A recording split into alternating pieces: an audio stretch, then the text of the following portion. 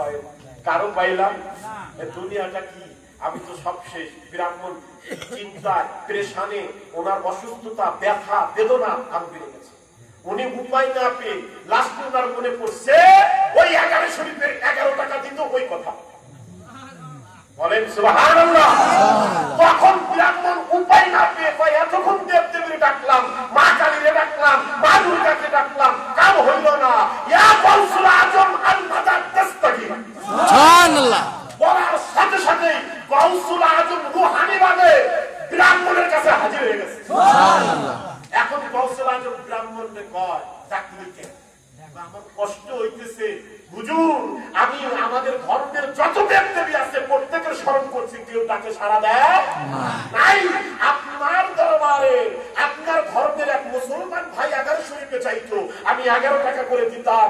আমার শেষ উপায় আমি আপনার কথা মনে পড়ে যায়, তাই আপনাকে মহব্বত দিয়ে দিন থেকে ডাক দিচ্ছি।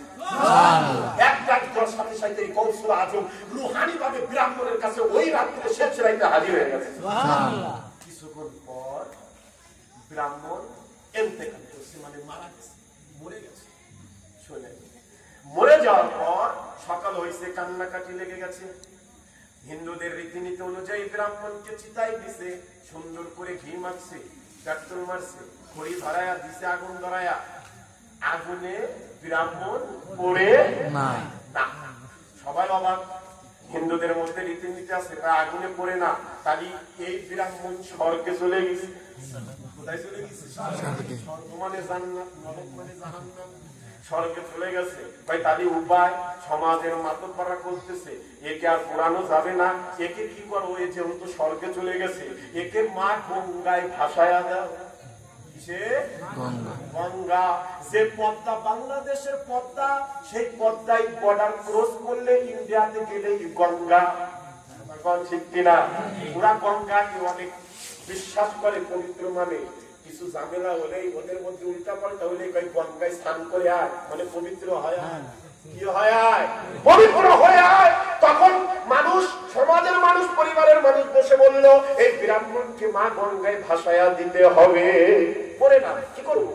তখন কলা গাছ কাটলো, ভেওয়া বানাইলো, সুন্দর করে ব্রাহ্মণকে ওদের রীতিনীতি করে সাজায়া দিল। কি করলো? সাজায়া দিয়া ভেওয়াই দিল ছেড়ে মা গঙ্গার মধ্যে। কিসের মধ্যে? গঙ্গার মধ্যে। এমন স্রোত চলে গেল গঙ্গায় ভাইসে। ওই জামানার এক ওলি ছিল, ওলির নাম সৈয়দ হযরত বুরহানুদ্দিন রাহমাতুল্লাহি আলাইহি। ওই বুরহান রাতের মধ্যে ঘুমিয়ে আছে। হুজুরে গাউসে পাক বলে এই বুরহান তুমি কি করো? হুজুরে গাউসে পাকের উত্তর প্রশ্নতে বুরহান বলে হুজুর আমি তো ঘুমায়া রইছি। ভাই তাড়াতাড়ি ওঠো, দেখো গঙ্গার মধ্যে দিয়ে নদীর মাঝখান দিয়ে একটা ভেওয়ায় লাশ ভেসে যাচ্ছে, তাড়াতাড়ি যাও ওই ভেওয়ার লাশ তুলে নিয়ে তোমার একটা কাজ হবে, তাকে তুমি আগে গোসল করাবা। গোসল করাবা, আতর মাখবা, সুরমা দিবা, এরপরে তুমি কাফন পরাবা। কাফন পর্যন্ত সমাপ্ত নয়, তোমাকে জানাজাও পড়াইতে হবে। সুবহানাল্লাহ। বুরহানুদ্দিন তো জানে না এ কি ব্রাহ্মণ না মুসলমান, জানে না। কিসে নদীতে ব্যবহার ঠেকাইছে, তুলে নিয়ে এসে দেখে, চেহারা দেখেই, পাপ কায়দা দেখেই বলতেছে এ তো মালাউন ব্রাহ্মণ। আমার উপরে কি হুকুম আসলো, আমার তো হুকুম পালন করতেই হবে। স্বপ্নে যা দেখছি, হুজুর যা দেখাইছে। ব্রাহ্মণকে নিয়ে বুরহানুদ্দিন গোসল করায়, কাফন পরায় মসজিদের সামনে নিয়ে গেছে। মসজিদের এলান করছে বাদ ফজর জানাজা আছে, সবাই চলে আসবে। সবাই কার জানাজা? কার জানাজা? খুব খেয়াল। যখন চলে আসলো, এখন মাইকে আর নাম ঠিকানা কয় না। নাম ঠিকানা করে ধরা খালি বইছে বাদ ফজর জানাজা আছে, মাইয়াতে চলে আসবে। এখন মুসল্লিরা চলে আইছে, মসজিদের সভাপতি চলে আইছে। সভাপতি কয় এই ইমাম সাহেব, মাওলানা সাহেব, বুরহান কিডা মরে গেছে, নাম তো কইলেন কয় জানাজা দেখ পরে শুনে। মানুষরা কয় এই ইমাম সাহেব, বুরহানুদ্দিন, মাওলানা সাহেব কার জানাজা? কে মারা গেল হঠাৎ করে, নাম তো বললা না মাইকে। কয় জানাজাটা তো দেন, তারপরে নাম শুনে। মানে আগের নাম করলে তো ইমামে কি আছে। যখন নামাজ শেষ হলো, মানুষ এখন ওই ব্রাহ্মণের লাশ দেখবে, মরা লোকের আমরা দেখি না এক নজর। এখন কুরআন বলতেছে আগে দেখেন না, জানাজাটা দেন। জানাজা শেষ হলো, ফজরের নামাজ পড়ে জানাজা শেষ করে এখন কুরআনের মনের মধ্যে হয়ে গেছে তুফান, যে আমি যদি বলি ব্রাহ্মণ, আমি যদি দেখাই ব্রাহ্মণ, তাহলে তো আমার মায়ের কিল এটাও মাটিতে পড়বে না। ব্রাহ্মণের গোসল করায়া, দাফন করায়া, জানাজা দিতেছে, এগুলা কই পাইছে? এগুলা কি ইসলামে আসেনি? বুরহান টেনশনে পড়ে গেছে। বুরহান গাউস পাকের নজরে এনে গাউস পাকের ধ্যানে বসে বলে, গাউস পাক আপনি আমার কোন পরীক্ষার মধ্যে ফেললেন? এই ফয়সালা আমি দিতে পারবো না গাউস পাক। তখন হুজুর গাউস পাক বলে, বুরহান রে, এই ক্ষমতা, এই পরীক্ষা, এই জবাব তোর দিতে হবে না।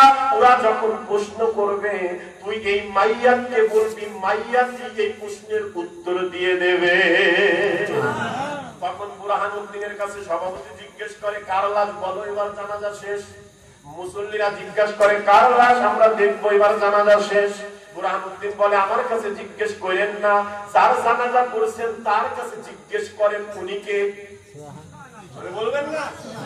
ওই ব্রাহ্মণ খাটিয়ার মধ্যে থেকে বসে পড়ছে। কি বলছে? এই ঘটনা ঘটাইতেছে কে? কে? কে? মনে রাখতে হবে, খেলোয়াড়কে খেলায় খেলছে কে? কার নির্দেশে হচ্ছে সব মনে রাখতে হবে। যখন উঠে বসে গেল, বলে, এই তুমি কে? বলে, আমি ব্রাহ্মণ। সবার চোখ উপরে উঠে গেছে, জানা যায় বিফলে গেল না। আর বললো আগে তা কইল না, খারাপ ভাই শোনেন ঘটনা, বলো কি হয়েছে তোমার সাথে? বলে, আমি এই ব্যাপার, যখন মৃত্যু সজ্জায় আমি ছিলাম হিন্দু ধর্মের পূজারী, আমি দেব দেবীকে ডাকছি, কেউ সাড়া দেয় নাই, আমার পরিবার কেউ পাশে নাই, আমি কাউরে ডাক দিয়ে পাই নাই রে বাবারা। আমি যখন গৌসুল আজমকে স্মরণ করে ডাক দিয়েছি, ইয়া গৌসুল আজম আল মাদাদ দস্তগীর, আমার গৌসে পাক আমার কাছে হাজির হয়ে গেছে। জিজ্ঞেস করেছে, এই ব্রাহ্মণ আমাকে ডাকবি কেন? তখন আমি বললাম, গৌস পাক আমি নির্ভয় হয়ে কোন উপায় না পেয়ে আমি আপনার 11 শরীফে 11 টাকা দান করতাম, প্রতি চাঁদে প্রতি 11 শরীফে। ওই স্মরণে আপনাকে স্মরণ করছি, দেখি আপনি হাজির হয়ে গেছে। যখন গৌস পাক হাজির হয়ে গেছে, হুজুর গৌস পাক ব্রাহ্মণকে বলে, ব্রাহ্মণ রে, তুই যেরকম আমার মহব্বতে 11 টাকা করে 11 শরীফে দিদি আমাকে স্মরণ করে রেখেছিস, ওই আজকে গৌস পাক তোর কাছে চলে আসছে। ব্রাহ্মণ রে, তোর ওই নজরানাকে গৌস পাক কবুল করে নিয়েছে। আমি গৌস পাক তোকে কবুল করে নিলাম। আমি গৌস পাক তোকে কবুল করা নেওয়ার সাথে সাথেই তুই আর হিন্দু থাকতে পারিস না, আমার সাথে সাথে আমার নবীর কালেমা পড়, লা ইলাহা ইল্লাল্লাহু মুহাম্মাদুর রাসূলুল্লাহ। যখন আমি কালেমা পড়লাম, আমার গৌস পাক কালেমা পড়াইল, আমার গৌস পাক বলল, আল্লাহর কালেমা, আমার আপনার নবী সাক্ষী, মুহাম্মদুর রাসূলুল্লাহ সাক্ষী, আমি যে আমার এই ব্রাহ্মণকে কালেমা পড়ে মুসলমান বানাইলাম রুহানির হালতে এসে, পৃথিবীর কেউ দেখে নাই, পৃথিবীর সাক্ষী মুহাম্মদুর রাসূলুল্লাহ, আমি মুসলমান বানাইলাম। কারণ কোন বিধর্মী, কারণ কোন অন্য ধর্মের লোক আমি গৌস পাকের যদি মহব্বত করে, পাক পঞ্জাবের মহব্বত করে, তারা তো কখনো বেঈমান হয়ে কবরে যেতে পারে না। আমি গৌস পাক ব্রাহ্মণকে কবুল করাইয়া, যখন কালেমা পড়াইয়া মুমিন ইমানদার বানাইয়া কবরে ঢুকাইছি, যখন চিতাই নিচে আমারে পুরাইতে সভাপতি সাহেব চিতা চিতার আগুন গৌস পাকের মুরিদকে পুরাইতে পারে না, চিতার আগুন গৌস পাকের আশিককে পুরাইতে পারে নাই। এই জন্য চিতার আগুন আমার একটা পশম পুরাইতে পারে নাই। যখন আমার গঙ্গায় ভাসায়া দিল, গৌস পাক চিন্তা করলো, আমার এই মুরিদের, আমার এই আশিকের, আমার এই পাগলের ব্রাহ্মণের এই মা গঙ্গা যে ডুবাইয়া দেবে, আমি গৌস পাক সহ্য করব না। সে তো আমার মুরিদ হয়ে গেছে, ইসলাম ধর্ম কবুল করেছে, কালেমা পড়ে নিয়েছে, আমার নবীর কালেমা।